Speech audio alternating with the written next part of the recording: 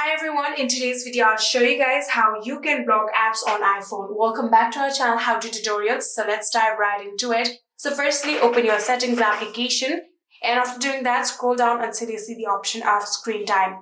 So after doing that, here you'll have to tap on content and privacy restrictions, and then you'll have to enable it. So after enabling it, tap on allowed apps and features.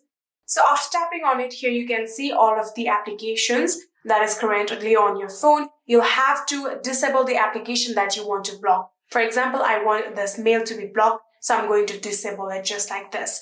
So in here, as you can see, there is only default applications right here. If you want to block some other apps, you'll have to go back and select the app that you want to block. For example, I want to block this WhatsApp. So long press on it and you'll have to now hide it. So in order to do that, simply tap on require face ID and then tap on hide and require face ID. So after doing that, again tap on hide app and then you can see it is now gone. Now there won't be any kind of notification sent by WhatsApp coming to your phone, or there won't be anything related to WhatsApp. If you want to find the application, you'll have to swipe left just like this. And on the app library here, you'll have to scroll all the way down and you can see hiddens right here. Tap on it and there will be the requirement of your face ID.